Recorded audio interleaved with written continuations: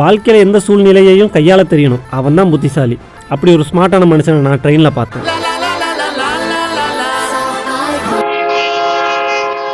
சமீபத்தில் சொந்த ஊரான கோயில்பட்டிக்கு போயிருந்தேன். அத்தை மாமா, அத்தை பசங்க, தம்பிங்க, பெரியம்மா, பெரியப்பான்னு எல்லாம் அங்கே தான் இருக்காங்க. முதல்ல பெரியப்பா வீட்டுக்கு போயிருந்தேன். பெரியப்பா கைண்டா லவ்லியா இருப்பாரு, அதனால லவ் பேர்ட்ஸ் வளர்க்குறாங்க.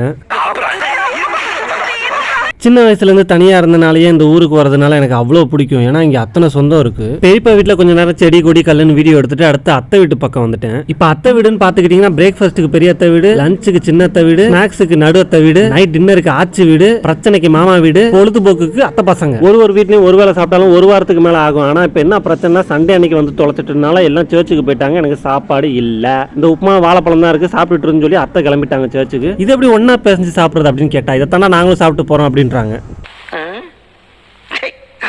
உப்மாவுக்கு வாழைப்பழமா? உப்மா வாழைப்பழத்தை போட்டு பிசையும் போதே வழவழன்னு இருந்துச்சு. வாயில போறதுக்கே சங்கட்டமா இருக்கு. பயந்துகிட்டே தான் வாய் வச்சேன். வாயில வச்சதும்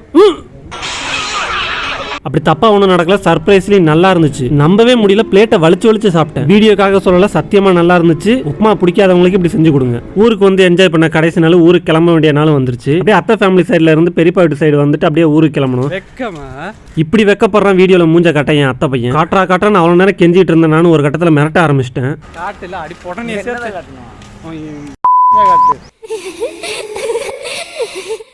மூஞ்ச காட்டுன்னு